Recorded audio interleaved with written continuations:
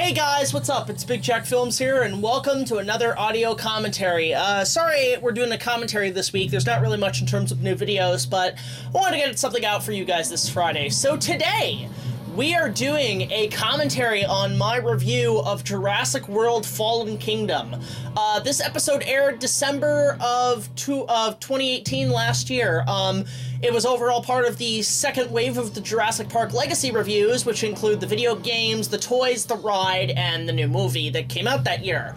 And we're just going to basically discuss what went on during the making of this episode, as well as the Legacy Reviews as a whole. By the way, if you guys want us to do more of the Legacy Review commentaries, let us know in the comment section below.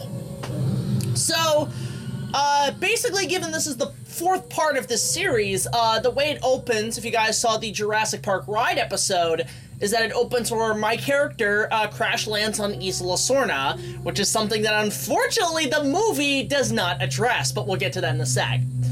So, a lot of these shots of the jungle were shot in the summer out in my backyard, because I have a huge property of land where there's just all this forest and stuff, and there used to be a whole farm that was abandoned in the woods, which is pretty cool. So, most of this is Bradley's camera work. Bradley came in to film some stuff and help me out, do some handheld stuff. So, a lot of this, actually some of these areas you might notice from our Kong remake as well. Like, this is some of the locations where the characters were trekking through the jungle and hiding in the bushes from certain dinosaurs. Now, one of the things I've started to really like to do in my videos is when I look damaged or injured, use fake blood or stage blood. And I bought a lot of those at Shoppers Drug Mart the day after Halloween so I could get discounts. So the fake blood's been really good for all our productions.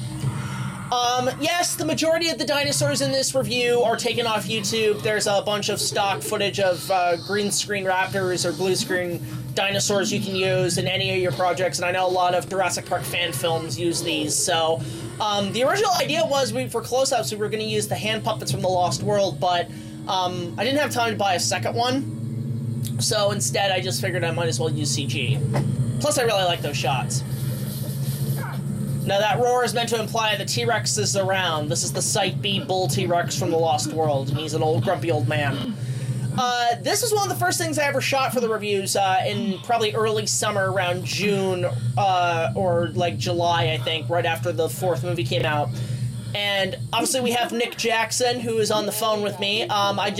Nick Jackson's all the way in Washington State, so I just asked him to do some audio for me to be basically... If you watch the series, he runs his show on a satellite out in the orbits of Earth as a kaiju kind of Kamen Rider kind of spaceship.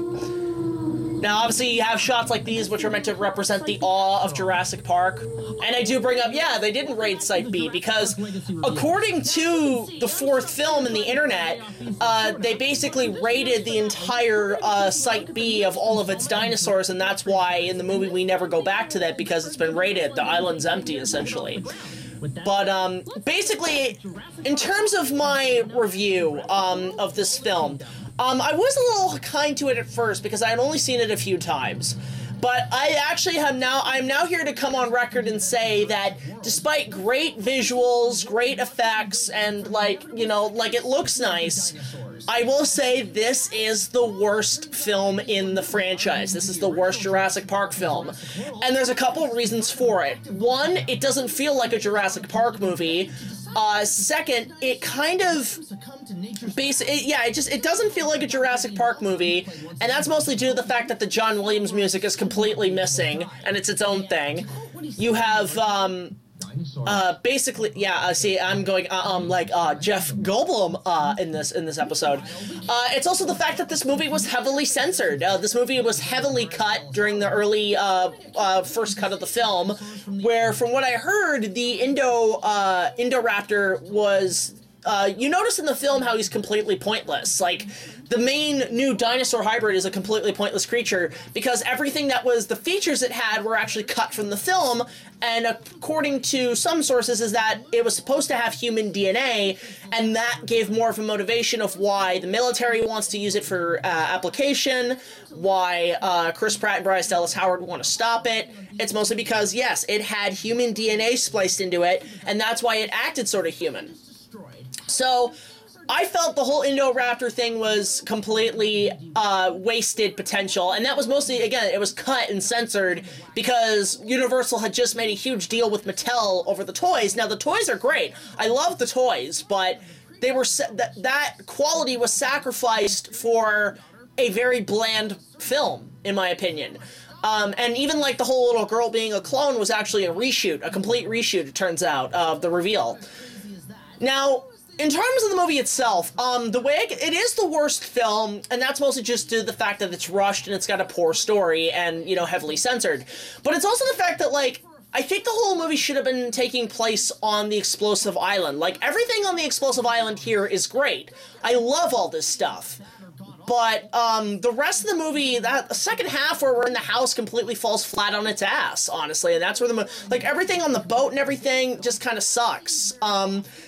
Despite the great practical effects, one of the biggest things this movie learned in terms of, from the fourth film, Jurassic World, is that they actually use more practical effects, which I can commend them for. But things like Jeff Goldblum baiting us in the trailers, but he was only there to open and bookend the movie for the beginning and end, basically to be like the old man, once upon a time, the end. That's the whole thing.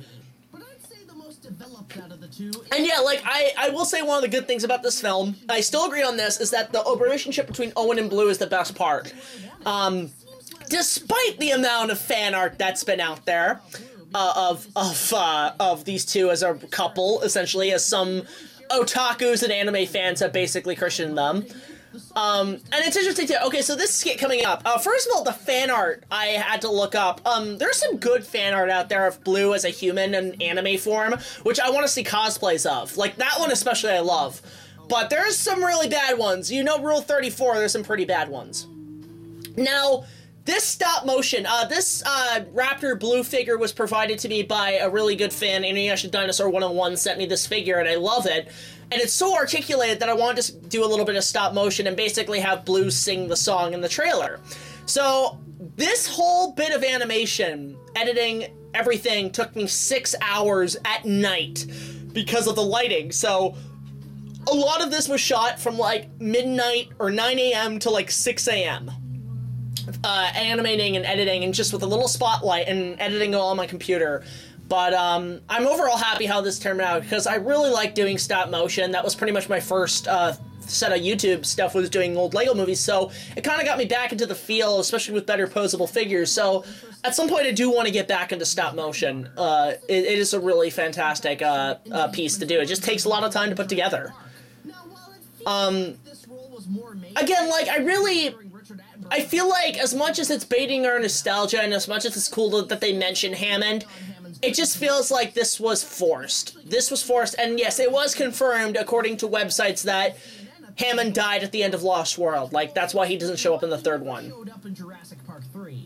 What John Hammond and InGen did at Jurassic Park. And it's interesting, too, like, you go back to Jurassic Park 3, and that's one thing I will give credit to the third film. I'm starting to like the third film more than this one. And that's saying something, because for me, the whole...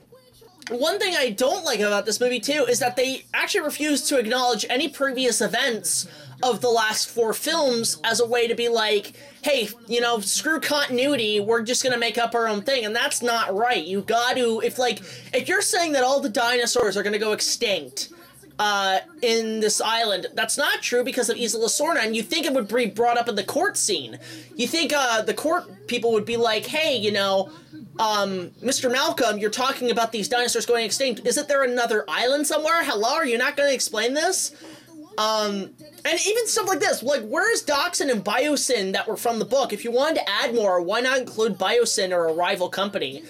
And yeah, these Disney villains, not only the whole political aspect, because it seemed like 2018, in terms of movies, was all about political agendas because of the presidential election, and it just bugged me, and this all started, I think, with Last Jedi, just all the political drama going on, and it's really affected a lot of films nowadays, and I hate it for that, and thankfully it looks like with the upcoming movies we're coming up with now, that fad is starting to die out, that 2018 was the year where movies took political jabs, and I just don't like it. And I'm really glad that we might be actually finally picking up, especially with, like, Episode 9 on the way, and, you know, Endgame and so on. Looks like we're going in a better direction. And yeah, like, again, the dinosaurs in this movie look great. Like, they look nice, it's just they're all props. Like, there's a reviewer, I can't remember who did it, but he's apparently a huge Sonic fan. And he talked about in Jurassic Park 3 how all the dinosaurs were just props. And that's what they are in this movie. They're props. They look good, they're animatronics, they're CGI, but they're props in their own movie. They're side characters. Like, the thing is with these movies, we don't care about the human characters. We go to see the dinosaurs just eat people. And as much as there's great dinosaurs in here, and there's a lot of them, they introduce a lot of them, they're kind of wasted to the side. And I like this shot. There are great shots. I will give credit to the director and his original vision of the film. He knows how to do good shots, how to do things right for a Jurassic Park movie. I think the other thing I had a problem with was the widescreen felt a little off, where all the other ones were a different kind of frame. And this scene's actually, I remember, I think I saw this movie a total of 3 times before this review. I still cry at this sequence. I actually went back and watched it again. Like, the tears really form in this scene, so there's good elements in this movie, but it's really dived down by a really stupid cartoon plot, and I just don't like it. It's really just, it doesn't work. And this is something I wanted to bring up, because you never notice this with Universal. They love to kill sauropods. And like every dinosaur movie they make, they like to kill the sauropods. If you go through their list of dinosaur movies, like at least 80 to 90% of them kill sauropods. Littlefoot's mom, the dinos in Kong, like the brontosauruses in Kong. It's crazy that they just have that. I just wanted to do this whole montage of every time they killed sauropods. I don't know why. I guess they're the equivalent of hunting elephants, because they're the easiest to kill because they don't have any protection. But I'm sorry, like, come on, kill something else maybe. Maybe kill like I don't know, a Stegosaurus or a Triceratops. It's just something that I noticed, and I just wanted to bring up as sort of a joke. So, in terms of, obviously I wanted to get these reviews out before the new movie, but unfortunately that was not the case. What happened is that the Star Wars saga, which was prior to this, doing the original trilogy, had taken a lot of our time to put together. So, aside from that, working on other projects and everything, there was just a lot that was delaying 2018 in terms of Season 4. And that's why Season 4 has been split into 2 years instead of 1, like we did with 2017. But yeah, it's like there was just a lot that got in the way. So these were supposed to come out before the new Fallen Kingdom, but because of Star Wars, we had to take a bit more time to finish them up, and that's why this took forever to get off the ground. Plus, I wanted to wait a little bit for my opinion on the film to kind of settle in, because a lot of these reviews were written prior to the film, and eventually when I get to this film, I'm able to actually express myself a bit more, and actually it adds more to the story, too. Things like the T-Rex only barely being in this one. He has as much screen time as Thomas does in Thomas and the Magic Railroad, for God's sakes. And one thing that, like, I wanted to expand on is, like, you know, we go to see the T-Rex, where's the fucking T-Rex? And that's something, like, even in, like, the third Jurassic, like, this was also, the Fallen Kingdom review overall was pretty much my answer to Jurassic Park 3, how I would have done it, honestly. Hence why you see that rematch where the T-Rex does kill the Spino. It was basically my answer to the film, and as much as I've now grown to like Jurassic Park 3 a bit more, I still say, like, the version I present here is how I want it to go down. And that's the majority. When you see my reviews being kind of a mix of a review and a fan film, it's also to kind of answer of certain movies that I am reviewing, kind of showing how I would have done it, essentially. So, you see that with the Star Wars trilogy, you see that with this Fallen Kingdom review, and you also see it with the upcoming Star Wars prequel trilogy. There's a lot in there, in the prequel trilogy, where I'm pretty much talking about how this is how I wanted the prequels to go down. And a lot of people wondering what I think of the next film coming up. Because this was a bit of a disappointment, I have my worries, but I am, if they deliver essentially a remake of Planet of Dinosaurs, I'm in, essentially. I'm okay with, like, the Planet of the Apes for dinosaur movies. I'm totally alright with that. One joke I wish I made in my Fallen Kingdom review, actually, or my Jurassic World review, is that I wish I made a Beast Wars joke when they're fighting, just at the Beast Wars theme, because Beast Wars is amazing. And I've heard word they're making a movie on that, but they're saying it's too expensive. Okay, now this scene here where I find the documents from, like, on Site B from Dr. Wu and stuff, and the files of, like, the Spinosaur, and talking a bit more about the experiments, as well as this thing called the Kings Gauntlet. This was all shot on an abandoned property down the road from my house. There's this old abandoned, all in here is this old abandoned, I guess, turkey farm or something. And it's been abandoned for years, and there's a house and everything, a farm that burnt down, but it creates this really great kind of cool-looking abandoned environment. So we filmed this in a day. We kind of had to sneak on and just kind of film it there. Oh, excuse me. And a lot of these I had to print off from some of the databases to make it look like the papers. I had to dirty them up to make them match. Asset 17 is meant to be, or Asset 16, I can't remember which one, but it's meant to be the Spinosaur. Now this is actually, this whole plot point, if you guys hear me talk about the King's Gauntlet, this is a setup for Season 5. I won't say what's happening in Season 5, but if you go back and watch this episode and you go to this scene, this is a big setup for Season 5 and a kind of a separate goal my character is hunting down, like something called the King's Gauntlet. I won't say what it is, but it is a huge kind of MacGuffin for Season 5, and we're going to expand on that later on this year with Season 4. And I just like how this desk is all messed up. It looks like something InGen would have left over. And I think that's also why this review is really well received. Obviously, I love playing with the idea of the T-Rex is hiding in the background and that he's kind of hiding from the Spinosaur. They're both kind of have their separate territories.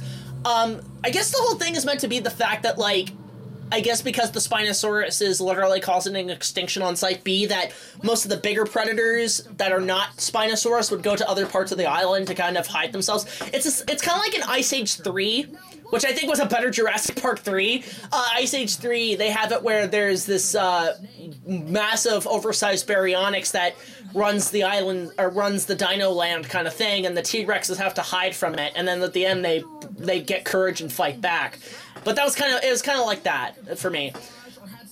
Now, again, the Indo Raptor looking great is wasted, and when you realize this had sort of human DNA, you'll realize there was more to this character.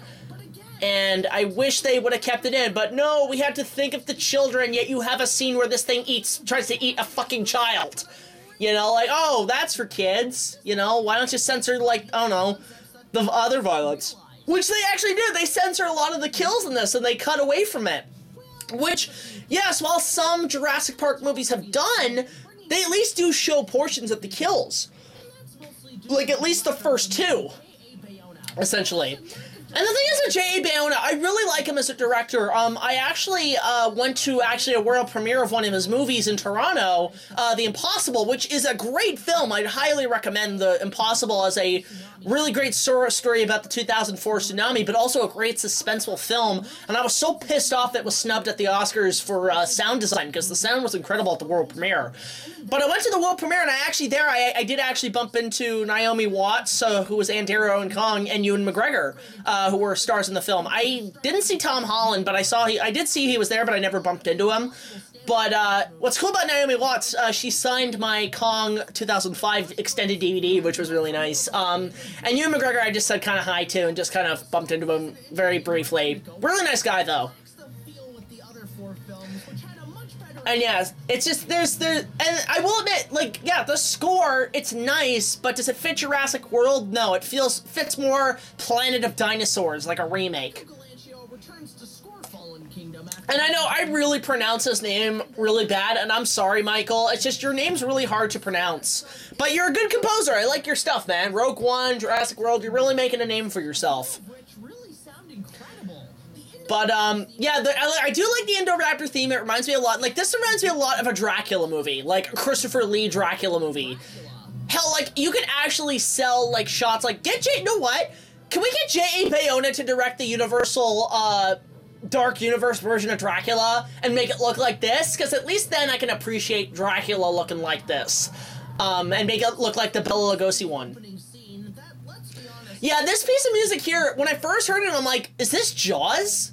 What's going on? Like, this reminded me so much of Jaws, and it made me think, is there going to be a scene where they're going through, like, the little lagoon thing where the Mosasaurus is on a raft or something and attacked? Because that would be a cool sequence, actually, and kind of a homage to Kong.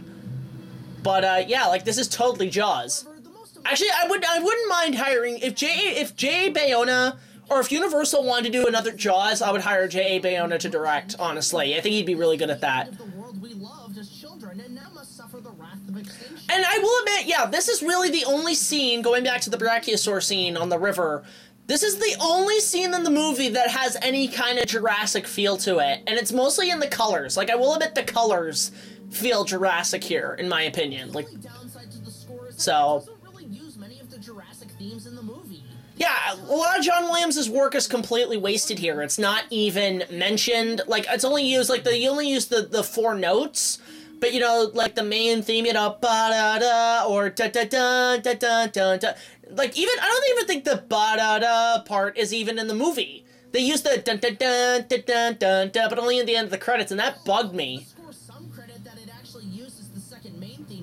Yeah, it's just, what the hell? You know, that's an important part of the franchise. You couldn't even use Lost World themes. Like, even the 4th film, Jurassic World, they used a bit of the Lost World when Blue charged. And yeah, it does make it better. It does make it feel more like Jurassic Park. I don't know why they did this. There's so many mistakes in this movie. Like, I swear to God, every time I go back and see bits of it, I'm like, I'm not liking it more and more. I mean, it's not like, visually it looks nice, but just, again, story, it's fucking terrible. And I apologize for people who like this, like, more power to you. It's just, for me, as a Jurassic film, in terms of tone, it doesn't really work for me. Sometimes it wants to be a classic Jurassic movie, and other times it wants to be a claustrophobic thriller. In fact, the second half... Yeah, like, I know what actually made me really wish is that this mansion was on the island. Like, if the mansion was on the island, that would actually make a bit more sense. If it was, like, on the outer reaches where, like, the dinosaurs couldn't get in, and then you can keep it on there. This just doesn't have the magic and feel of a Jurassic Park movie. It feels more... So, yeah, and this is one thing I did want to point out. This is pretty much a remake of We're Back. Like, it felt like We're Back, especially at the end when the dinosaurs are being tortured in the cages. It felt like the scene in We're Back where Rex and all the dinosaurs are being presented in Professor Screw Eye's Eccentric Circus. It feels like that, and I don't mind that. That's a cool idea. It's just, like, it's wasted here. Okay, does anybody remember that ride, the Dino Island 2 3D ride? It was actually, I'll admit, it was a pretty cool ride. I remember riding it at Paramount Canada's Wonderland and Six Flags. It was a 3D simulator ride. And what happens is that it had this really great pre-show that made you believe the whole storyline where you're going to an island that's about to explode. It's the same plot of this movie, but it's like news reports and stuff. If you could look up the footage on YouTube, definitely do. It's a great ride. And although, yes, the CGI looks terrible. Like, it looks like reboot bad. But that was back in the mid-late 90s, so it was a bit more acceptable. Yeah, I really hope at least in the 3rd one, which I'm going to be titling Jurassic World Extinction, that we do go back to Site B in some form. Like, we do visit it more and get to explain more. Like, I'll admit, yeah, like, this is The Last Jedi. For me, this is, like, if people hate The Last Jedi, which I thought was okay, this is my Last Jedi. Like, this is my Last Jedi, in terms of movies, because I just felt like there's a lot of stuff that was kind of misplaced and kind of thrown to the side. And what I hate about, this is what I also hated about certain movies now and franchises, is that any plot holes they have, they just write online. They just explain in the viral marketing or in a book. And you shouldn't have to do that with movies. You should explain your continuity in some form. You know, like, that's not member berries. That's actually just, you know, explaining the plot so far, like an episodic series. So, I hated this with the whole marketing of the movie, that they saved all the juicy stuff. That would have been better movies for the websites. Like, honestly, like, people are wondering what the hell they're going to be doing after this next one, Extinction, like the 3rd Jurassic World. And a lot of people go to the point of they're going to be basically rebooting it and giving it the Stephen King It treatment with the Michael Crichton novel to give it a hard R, which I'm okay with. But what about something like I don't know, like, maybe do some spin-off movies that take place in between films. Let's see what happened to the Pteranodons, like, at the end of the third one.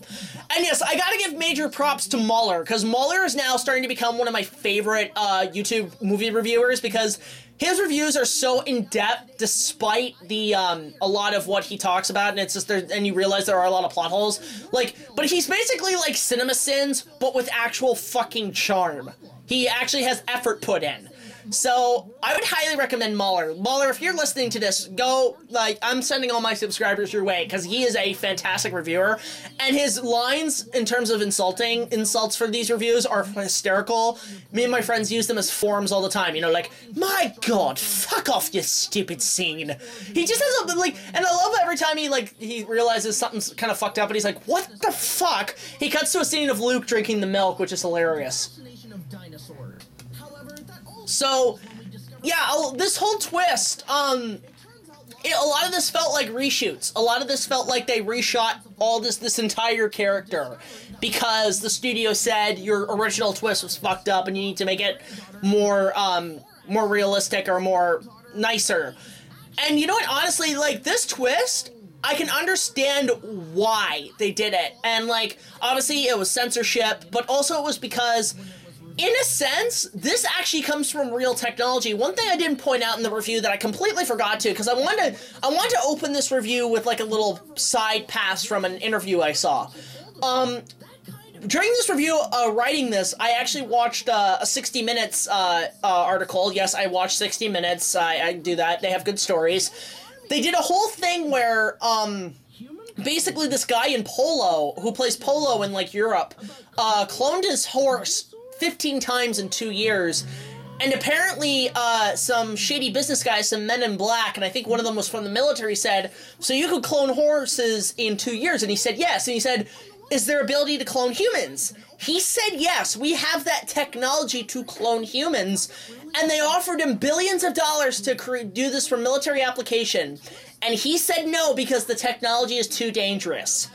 And in a sense, for more realism to this movie, I can understand taking from that source more realism to your story. But it's the problem is, this is Jurassic Park, not Splice. You can't just, like, add human genetic engineering to a movie that is essentially about dinosaur cloning. So, unless you make it where she's a hybrid of, like, human and, like, you know, human dino hybrids, like fucking Carnosaur, which, where's a remake of that, by the way? You can't do that in this movie. You have to focus on the dinosaurs. So that's why I feel like the original Indo Raptor being possibly having human DNA would have been a better twist, because at least it's focusing on the dinosaurs. And then it also makes me wonder, are you going to figure out this plot hole in, like, the third film? And this is the thing, this is what I think was the original scene, and then this is what they reshot on green screen very quickly. A very quick reshoot, is what they did, essentially, here. And then this was obviously ADR, so yeah. I don't know how they're going to explain the girl in the third film, and if she's going to have any relevance, especially to, like, maybe if the government wants her for more experiments and stuff. Like, focus on that. Focus on what the world's wanting with dinosaurs. You know, focus on, like, what the government, like, world leaders want with these dinosaurs. They want to weaponize them? Do they want to do more science experiments, you know, for military application? Let's focus on that now that you've opened that Pandora box. And you know what? I always make fun of Joel Schumacher, but I actually think he's a really nice guy in reality. And I think, honestly, the whole Batman and Robin thing was mostly studio problems, studio blame, and not him. And this was obviously a tribute to Mr. Plinkett when he does his reviews, and he cuts to, like, the reason why Star Wars is made is because toys, marketing, merchandise, we need to make a fuckload of money. So, yeah, in terms of the finale to this episode, so yeah, I wanted to basically base it on Sorna, where I get away and I get a chopper out of there, you know, as Arnold says, get to the chopper! Do it now! You know, maybe the Predator movies I could do at some point, even though I've, like, never seen one of them, which is a shame. But the whole thing is, I obviously wanted to see a rematch between the T-Rex and Spino, and since the movies couldn't provide, I had to take matters into my own hands, so I basically did this whole rematch and used a lot of CG elements for it. And it was more just, like, the way I shot it, was basically the way I filmed this whole sequence was taking the shots off YouTube, the CG shots that were all green screen stuff. I had to match those shots to know where dinosaurs are going to be, where I have to be in the frame. And it is kind of complicated, but as long as you have the shots on hand with you, like have them on your phone or tablet as you travel to location, it's a good way to kind of match your shots and figure out where things need to go. So, honestly, like, yeah, this whole fight scene was really fun. It just had me run, get down, like, just kind of fall in mud and everything, and jump and run. I always like doing action bits like that, and always getting myself cut up, which is cool, making the fake blood. One of the things I did actually keep track of in terms of this episode, because we were shooting on simultaneous days, I did take photos of all the blood marks, and I had to keep photos, so in continuity, when I go back and put on the makeup, I could match what we shot before. And, now a lot of this scene here where the Spinosaurus charges out of the field and attacks the dinosaurs is actually based on Disney's Dinosaur, the opening scene when the Carnotaurus attacks the herd in the valley. And it was a lot of inspiration from that sequence in there. So a lot of this, again, was shot in my backyard. Most con fans might notice this as some of the areas where we shot the native village, the pathway to the island, a lot of locations. In the corner, you'll see where Evan fell in the bush in the behind the scenes. But a lot of that was in that location. I basically call that area of my studio, I guess. I call this the battlefield, essentially. So this is where you would actually film a battlefield at some point. Now, obviously, a shot like that with the Triceratops backing up, that was based on Disney's Dinosaur. I really like that shot, because I really enjoyed that movie. But yeah, here comes the Spinosaurus, and we're just like, oh, not this douche schnozzle, this duck schnoozle-saurus thing. So yeah, you obviously have all the dinosaurs running away. This was fun to shoot, because basically I just filmed myself running in a solo shot, and then I would just add the dinosaurs in later, which is pretty fun. The compies are actually just little miniature raptor CGs that I just painted green to make them look like compies, because I don't think there's really any CG compies out there. So obviously it was just kind of to pretty much give the fans what they want. Now this whole sequence, this whole finale, this was shot actually in an airfield near where I live. There's a whole airfield where planes and stuff fly. So we just called them up and asked for permission if we could shoot there, and they said, yeah, sure. We originally did want to get a helicopter. We did want to get a helicopter for me to just jump in, have a camera in the helicopter, and have one out of it and film it flying off. But and we were going to do it all in one take. But unfortunately, we had a couple options for airfields, and the one we wanted, we couldn't get, so we had to stick with the other one. They didn't have an helicopter, unfortunately. So we just shot it, essentially, at this other airfield. But it looks nice. Like, it looks good on camera. Obviously, I love these shots of the T-Rex fighting the Spino, the rematch we've always wanted. Okay, now this bit here, that mosquito is taking my blood and later sends it to the Dark Lord in the underworld or whatever. It's basically to set up the Terminator reviews, and I'll get to that in the post-credit scene. But in the meantime, enjoy these dinosaurs beating the shit out of each other. I know a lot of people have said that's a car, but you know what? Again, I want to make it a chopper, so we just had to use my dad's van, or dad's car, to make it look like a chopper so I could fly off. Obviously, you wanted to get that fault of, like, kind of false thing of the T-Rex losing, but then he gets back up and, like, beats the shit out of that fucking Spinosaur. And it looks good. I'm overall really proud of these shots. And a lot of these were just live plates that I shot and just added the dinosaurs in later. It's pretty easy to do when you get the hang of it. So yeah, I just had to kind of make it... I had to tell Bradley Dunn, who films a lot of my reviews, kind of handheld stuff. He's really getting really good at camera work, and I just said, whenever we need to make it look dramatic, just make it look shaky, essentially, to add that detail. I wish I could have gotten this shot to be a little better, I'll be honest, where it's like it's more the victory shot from the first film. Now this is obviously stock footage of a helicopter on Kauai taking off, and this is meant to be kind of a homage to the ending of the first film, obviously, when they're all going home, you know, because we've just been on this whole adventure. We have, obviously, Android 18, who in this episode is voiced by Bayteen on YouTube.